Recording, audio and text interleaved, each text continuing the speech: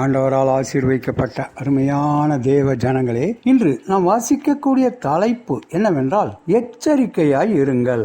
நாய்களுக்கு எச்சரிக்கையாய் இருங்கள். பிலிப்பியர் 3வது அதிகாரம் 2வது வசனம். இந்த வேத பகுதியிலே நாய்களுக்கு எச்சரிக்கையாய் இருங்கள் என்று சொல்கிறார். இதிலே நாய் என்று சொல்லப்படுவது மிருகத்தின் சுபாவமாகும். நீங்கள் ஆவிக்குரிய இனிமையான சுபாவங்களை வெளிப்படுத்தும்படி அழைக்கப்பட்டிருக்கிறீர்களே தவிர நாயின் மிருக சுபாவத்தை ஒரு நாளும் வெளிப்படுத்தவே கூடாது. நாயின் அசிங்கமான சுபாவம் தான் கக்கினதை தானே தின்பதாகும். நீதிமொழிகள் 26வது அதிகாரம் 11வது வசனம். நீங்கள் விட்டு வந்த பாவங்களை மறுபடியும் உங்களுடைய வாழ்க்கையிலே ஏற்றுக்கொள்ளவே கூடாது. பாவத்துக்கு மரித்த நீங்கள் இனி அதிலே எப்படி பிழைப்பீர்கள்? ரோமர் 6வது அதிகாரம் 2வது வசனம். ஆடும் பன்றியும் ஒரு சாக்கடையில் விழுகிறது என்று வைத்துக் கொள்ளுங்கள். ஆடு எவ்வளவு துரிதமாய் வெளியே வர முடியுமோ அவ்வளவு துரிதமாய் வெளியே வந்து தன்னுடைய சரீரத்தை உதறி சாக்கடை நீரை தன்னை விட்டு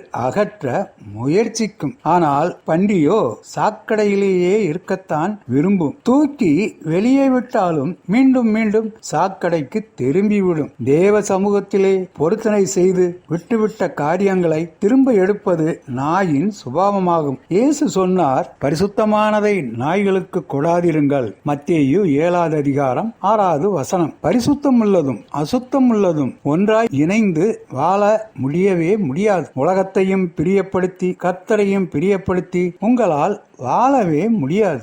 ஏசாயா தீர்க்கதரிசி பரிசுத்தமுள்ளவராய் காணப்பட்டார். ஆனால் தேவனுடைய வெளிச்சம் அவர் மேல் விழுந்தபோது தேவன் விரும்பாத சில காரியங்கள் அவரிடத்தில் காணப்படுகிறதை உணர்ந்தார். ஆகவே அதன் நிமித்தம் அவர் புலம்பி, ஐயோ, நான் அசுத்த உதடுகளுள்ள மனுஷன், அசுத்த உதடுகள் உள்ள மக்கள் மத்தியில் வாசம் பண்ணுகிறேன் என்று கதறி அறிக்கையிட்டார். தேவன் அந்த சுபாவத்தை ஏசாயினிடத்திலிருந்து அகற்ற வேண்டியதால் இருந்தது.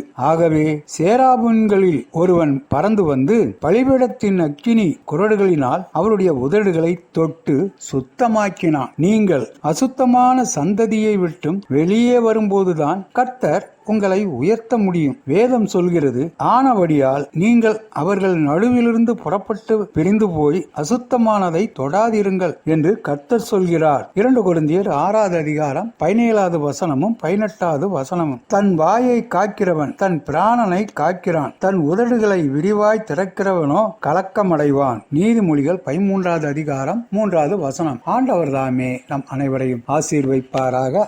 ஆமேன்.